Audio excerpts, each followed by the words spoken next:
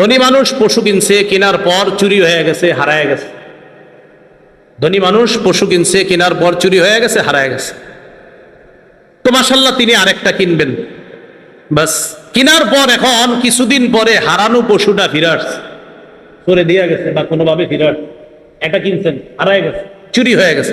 কিছুদিন পর চুরিকৃত পশুটা ফিরে আসছে, আবার এদিক দিয়ে আরেকটা কিনছেন। এখন পশু হইলো কয়টা? দুইটা। এক্ষেত্রে আপনার ইচ্ছা, আপনি যেটা মন চায় এটা কোরবানি দিবেন, দুইটার একটা কোরবানি দিয়ে দিলেই হয়ে যাবে। কিন্তু গরিব মানুষ, ওনার উপর কোরবানি ওয়াজিব ছিল না, উনি কিনছে। বলেন উনি কি করছে? কিনছে। এখন উনি কেনার পর ওনার পশুটা চুরি হয়ে গেছে, তার উপর আর কোরবানি ওয়াজিব না, কারণ লা ইউকাল্লিফুল্লাহু নাফসান ইল্লা উসআহা, যেহেতু তার উপর এটা চাপাচাপি করা হবে না। তো তিনি কিনছিলেন, কেনার পর এটা হারায় গেছে। এখন উনি কি করছে? আরেকটা কিনছে। ওনার উপর ওয়াজিব ছিল না, কিন্তু আরেকটা কিনছে। প্রথমটাই কিনা ওনার জরুরি ছিল না, কিন্তু প্রথমটা কিনছে। কেনার পর চুরি হইল, চুরি হওয়ার পর উনি আরেকটা কিনছেন। আরেকটা কেনার পর চুরিকৃত পশুটা ফিরে আসছে। তাহলে ধনী মানুষের পশু ছিল, পশু হয়ে গেল দুইটা, একটা দিলে হয়ে যায়। গরিব মানুষ যেটা প্রথমে কোরবানির নিয়তে কিনছে, এটা হারিয়ে যাওয়ার পর তিনি নিজে থেকে আরেকটা কিনছে। কেনার পর হারানো পশুটা ফিরে আসছে। এখন হইল কটা পশু? দুটোটা কোরবানি করতে হবে। আপনি কে কইছে প্রথমটা ইয়া করে? আপনি তো দুটোটাই ওয়াজিব। আল্লাহ জানে, বুঝছেন নি? আচ্ছা, আল্লাহ বুঝার তৌফিক দান করেন। দুটোটা কোরবানি করা ওয়াজিব, কারণ ওনার উপর তো ছিল না বাধ্যবাধকতা। উনি প্রথমটাও বাধ্য ছিল না, কিনছে। দ্বিতীয়টাও উনি বাধ্য ছিলেন না, এরপরেও কিনছে। আবার প্রথমটা ফিরে আসছে, তো দুইটা আসছে, কি হয়েছে? তুমি দুটোটাই দিবা। এটাই ইসলামী শরীয়ত, বুঝতে হবে। পশুর গুণাগুণ খুব মন দিয়ে শুনবো আমরা। আল্লাহ আল্লাহ। ওট, গরু, মহিষ, ছাগল, ভেড়া ও দুম্বা দ্বারা কোরবানি করা জায়েজ। বলেন ওট, বলেন সবাই ওট। গরু, মহিষ, ছাগল, ভেড়া, দুম্বা, এগুলো দ্বারা কোরবানি করা কি আছে? জায়েজ আছে। গৃহপালিত পশু ছাড়া অন্যান্য পশু, বলেন তো আমার সাথে, গৃহপালিত পশু ছাড়া অন্যান্য পশু। বলেন যেমন হরিণ, বন্য গরু, এগুলো দ্বারা কোরবানি জায়েজ নেই। গৃহপালিত পশু ছাড়া, যেমন হরিণ, বন্য গরু ইত্যাদি, এগুলো দ্বারা কোরবানি দেওয়া কি নাই? জায়েজ নাই। আল্লাহ।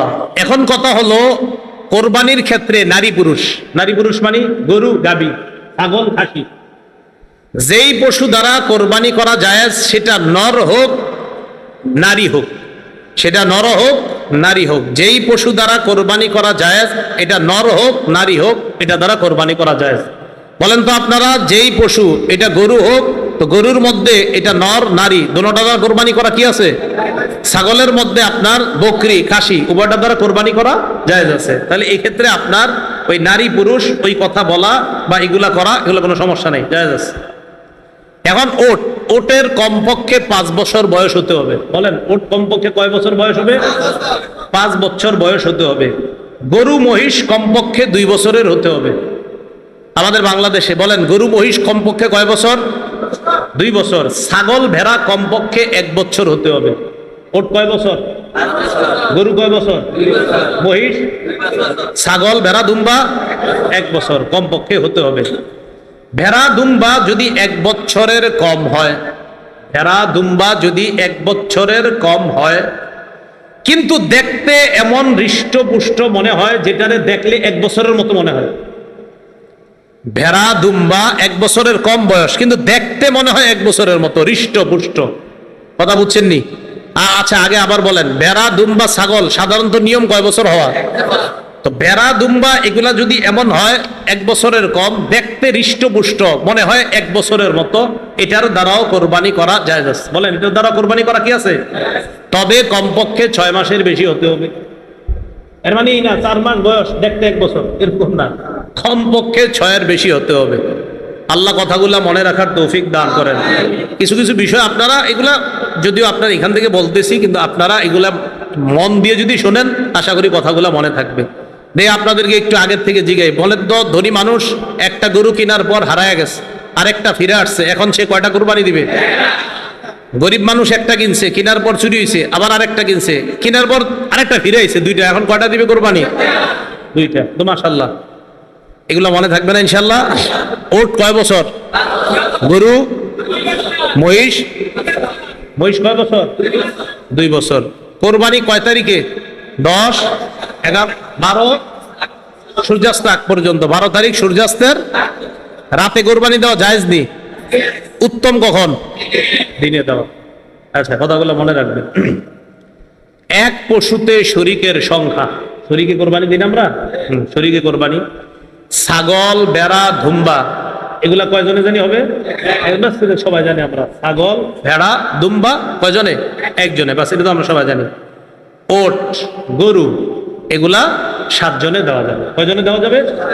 2 জনে দেওয়া যাবে, 3 জনে দেওয়া যাবে, 4 জনে দেওয়া যাবে, 5 জনে দেওয়া যাবে, 6 জনে দেওয়া যাবে, 7 জনে দেওয়া যাবে। আর বলছি, ওট, গরু 2 জনে দেওয়া যাবে, 3 জনে দেওয়া যাবে, 4 জনে দেওয়া যাবে, 5 জনে দেওয়া যাবে, 6 জনে দেওয়া যাবে, 7 জনে দেওয়া যাবে। শরীকানা কোরবানি এটা দেওয়া জায়েজ আছে আপনার। এক্ষেত্রে আমরা তিরমিজির 1502 নম্বর হাদিসটা মনে রাখতে পারি।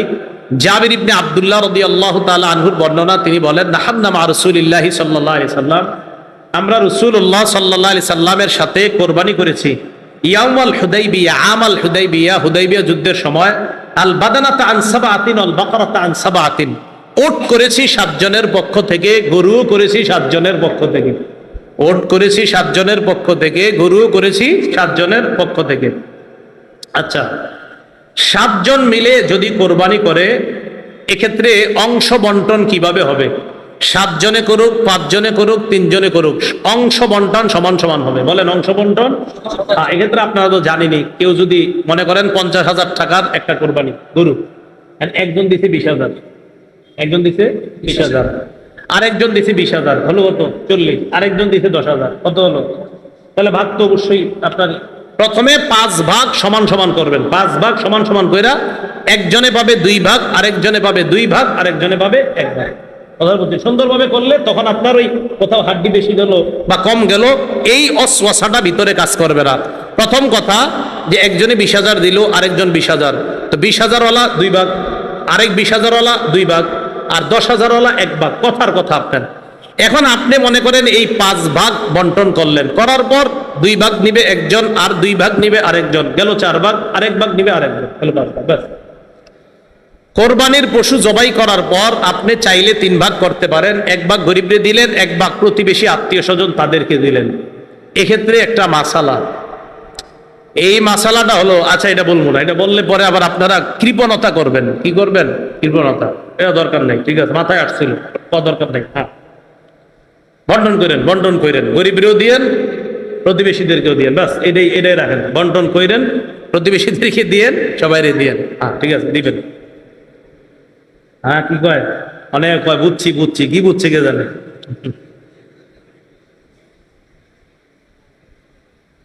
হ্যাঁ, কি বুঝছে? আচ্ছা আচ্ছা। নিয়ত, কোন অংশীদারের নিয়তে যদি উল্টা পাল্টা থাকে, কোন অংশীদারের নিয়তে যদি উল্টা পাল্টা থাকে, তিনি যদি নিয়ত করে আমার নিয়ত শুধুমাত্রই গোস্ত খাওয়া, আল্লাহরে খুশি করার উদ্দেশ্য এই নিয়ত যদি না থাকে, তাহলে তার কোরবানি সহি হবে না। তার কোরবানি কি হবে না? সহি হবে না। এই ব্যক্তিকে অংশীদার যদি আমরা বানাই, শরিকদের কারো কোরবানি সহি হবে না। কোন ব্যক্তির নিয়ত গলত, শুধু গোস্ত খাওয়ার নিয়ত, তিনি একা কোরবানি দিলেও কোরবানি হবে না। তারে যদি শরিক বানাই, শরিকদের কারো কোরবানি হবে না। আল্লাহ এই জাতীয় শরিক থেকে বাঁচার তৌফিক দান করেন।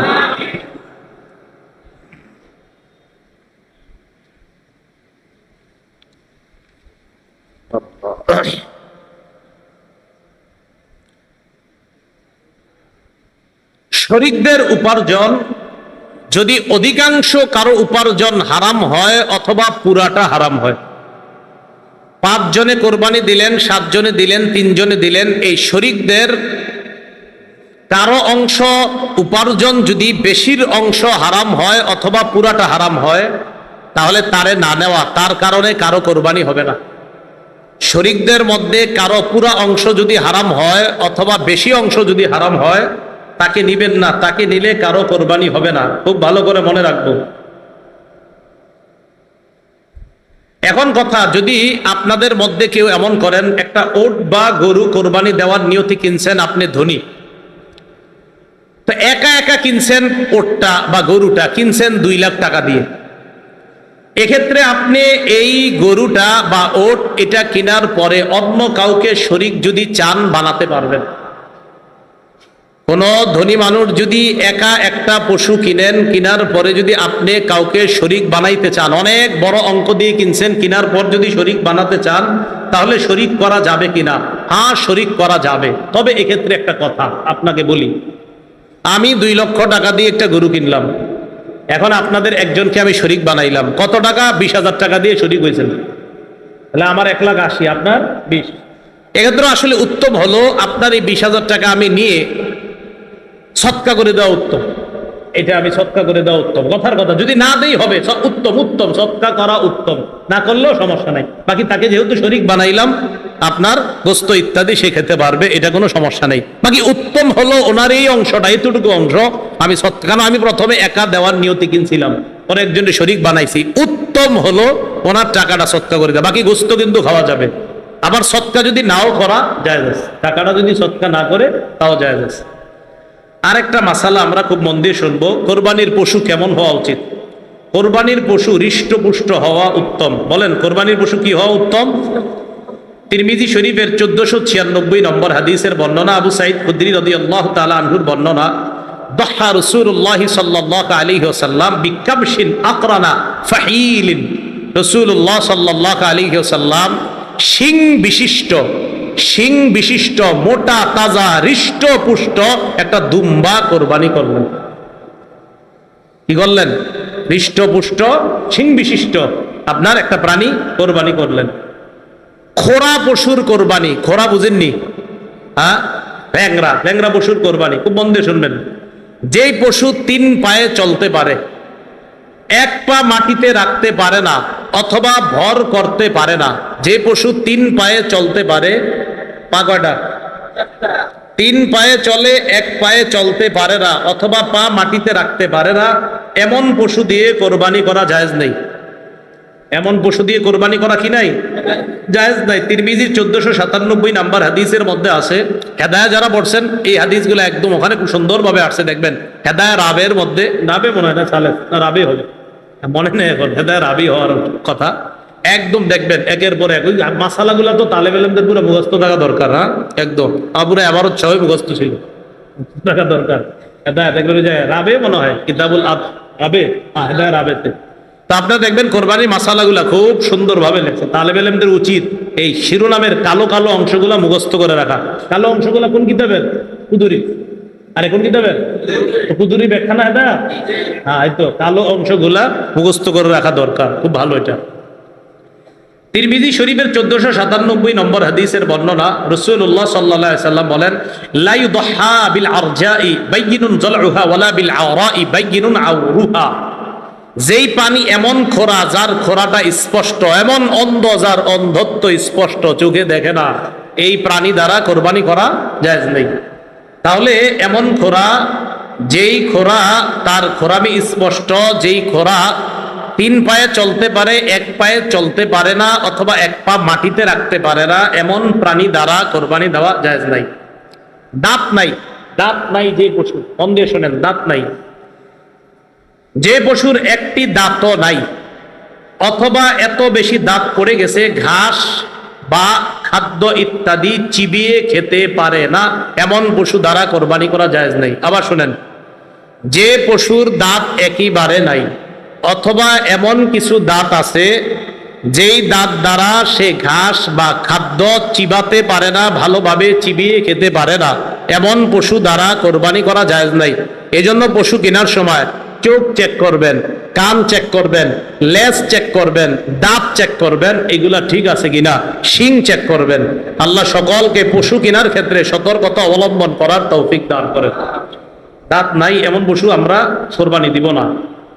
এবার আসেন, যে পশুর শিং ভেঙে গেছে, শিং ছিল ভেঙে গেছে, এই পশুর ব্যাপারে কি? খুব মন দিয়ে শুনি আমরা। শিং যদি গোড়া থেকে ভাঙে, পশুর শিং একদম গোড়া থেকে ভাঙছে, ভাঙার কারণে তার মস্তিষ্ক ক্ষতিগ্রস্ত হয়েছে, পশুর শিং একদম গোড়া থেকে ভাঙছে, ভাঙার কারণে তার মস্তিষ্কে ক্ষতিগ্রস্ত হয়েছে, এমন পশু দ্বারা কোরবানি করা জায়েজ নেই। বলেন তো, শিং একদম উঠে গেছে, এমন ভাবে ভাঙছে যে তার মস্তিষ্কে ক্ষতিগ্রস্ত হয়েছে, এমন পশু দ্বারা কোরবানি করা কি হবে না? জায়েজ হবে না। পক্ষান্তরে যে পশুর অর্ধেক শিং বা কিছু শিং ফেটে বা ভেঙে গেছে, অর্ধেক শিং বা কিছু শিং ফেটে গেছে বা ভেঙে গেছে, অথবা একেবারেই শিং উঠে নাই, আবার বলছি শিং আছে কিছু ফাটছে বা কিছু ভেঙে গেছে, শিং আছে কিছু ফাটছে কিছু ভাঙছে, গোড়া থেকে না উপর থেকে কিছু ফাটছে কিছু ভাঙছে, অথবা হালকা একটু ফাইটে গেছে, অথবা যে পশুর শিং একেবারে উঠে নাই, এই জাতীয় পশু দ্বারা কোরবানি করা জায়েজ আছে। কথাটা বুঝছেননি সবাই?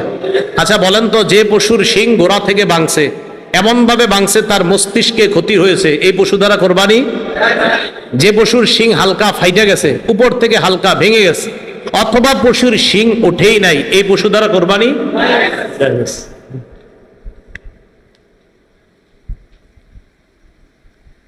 কান কাটা বা লেজ কাটা পশু, কান কাটা বা লেজ কাটা পশু, যে পশুর লেজ বা কোনো কান অর্ধেক বা তার চেয়ে বেশি কাটা, সেই পশু দ্বারা কোরবানি করা জায়েজ আছে কিনা? আবার শুনি প্রশ্নটা। যে পশুর লেজ বা কোনো কান অর্ধেক বা তার চেয়ে বেশি কাটা, বলেন লেজ বা কান, এই লেজ বা কান অর্ধেক কাটা বা তার চেয়ে বেশি কাটা, এই পশু দ্বারা কোরবানি জায়েজ নাই। আচ্ছা বলেন তো, একটা গরুর লেজ অর্ধেক কাটা জায়েজ আছে? আচ্ছা, একটা গরুর কান অর্ধেক কাটা জায়েজ আছে? আচ্ছা, একটা গরুর লেজ অর্ধেকের বেশি কাটা, একটা গরুর কান অর্ধেকের বেশি কাটা, কোরবানি জায়েজ? আল্লাহ, যদি অর্ধেকের বেশি লেজ থাকে, লেজ কয় হাত হয় গরুর আনুমানিক? 2 হাত, 1 হাত? আচ্ছা যদি 1 হাত ধরেন, এখন আধা হাতের বেশি ভালো আছে ধরে নেই, আমরা মনে করেন যদি 1 হাত ধরেন বা একটু বেশি, উনি বলছে 1 হাত, আমি তো বলতে পারি না 1 হাত না 2 হাত, যাই হোক, যদি আচ্ছা যদি 2 হাত ধরেন, তো 2 হাত ধরলে সোয়া 1 হাত ভালো আছে, সোয়া 1 হাত ভালো আছে, জায়েজ আছে। কান 4 ভাগ ধরে নিই আমরা, 4 ভাগের 3 ভাগ ভালো আছে, জায়েজ আছে। কান 4 ভাগের 3 ভাগ ভালো আছে, এই পশু দ্বারা কোরবানি জায়েজ। লেজ 4 ভাগ ধরেন, কথার কথায় 3 ভাগ বেশির অংশ ভালো আছে, এটা দ্বারা জায়েজ আছে।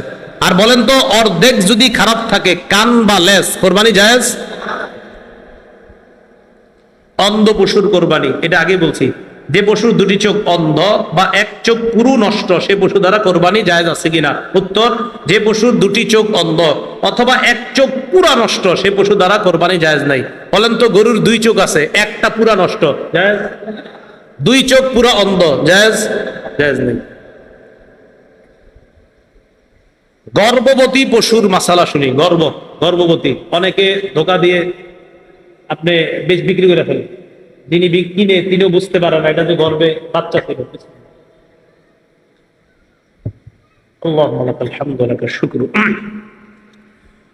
গর্ভবতী পশু কোরবানি করা জায়েজ আছে কিনা, এটা হলো প্রথম কথা। আপনারা বলেন জায়েজ? আবার সবাই দিয়ে চুপ, মানে ওই যে গোস্ত খাইতে কেমন জানি লাগে, এই তো। গর্ভবতী পশু কোরবানি করা জায়েজ আছে কিনা, এটা হলো প্রথম কথা। জায়েজ আছে। বলেন সবাই, কি আছে? এটার পশুর গোস্ত অনেকে খাইতে চায় না, মানে জয় হওয়ার পরে, কিন্তু জায়েজ আছে। গর্ভবতী পশু কোরবানি করা কি আছে? জায়েজ আছে। জবাই করার পর বাচ্চা পেট থেকে বের হবে, এই বাচ্চা যদি জীবিত পাওয়া যায় সেটাও জবাই করে দিবেন। গর্ভবতী পশু জবাই করলেন, জবাই করার পর পেটের বাচ্চা বের হয়েছে, এটা যদি জীবিত বের হয় এটাতেও জবাই করবেন। এটা কি করবেন? জবাই করবেন। প্রসবের সময় এটা যদি পশুটা যদি প্রসবের সময় কাছাকাছি হয়, এই জন্য উচিত হলো আমরা মানবিক বিষয় লক্ষ্য করে এটারে কোরবানি না করাই উত্তম।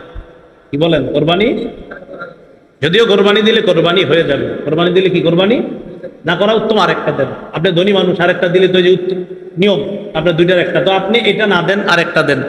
তাহলে যদি প্রসবের সময়টা ঘনিয়ে আসে আর এই দিক দিয়ে কোরবানির সময় ঘনায় আসছে, এক্ষেত্রে উত্তম হলো আপনি এটারে কোরবানি না কইরা, এটার প্রতি আপনি কোরবানি এখন না কইরা আপনি এটার বাচ্চাটা হবে, তো এটা উত্তম আর কি। বাকি কেউ যদি কোরবানি করে হয়ে যাবে।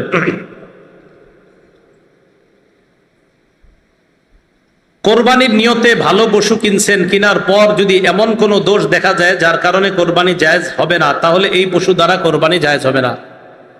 কোরবানির নিয়তে পশু কিনছেন, কেনার পর এমন দোষ দেখা গেছে, কোরবানির পশু কিনছেন, দেখছেন ভালো আছে, বাসায় আনার পর দেখেন এটার লেজ অর্ধেকের বেশি কাটা, কান অর্ধেকের বেশি কাটা। কথার কথা মানে যেই পশু দ্বারা কোরবানি হয় না, কিনছেন ভালো পশু, কেনার পর দেখেন ওই ত্রুটিগুলা পাওয়া যাচ্ছে যেগুলো এতক্ষণ আমরা বললাম, এই ত্রুটি যদি পাওয়া যায় কেনার পর, এটা দ্বারা কোরবানি হবে না, আদায় হবে না।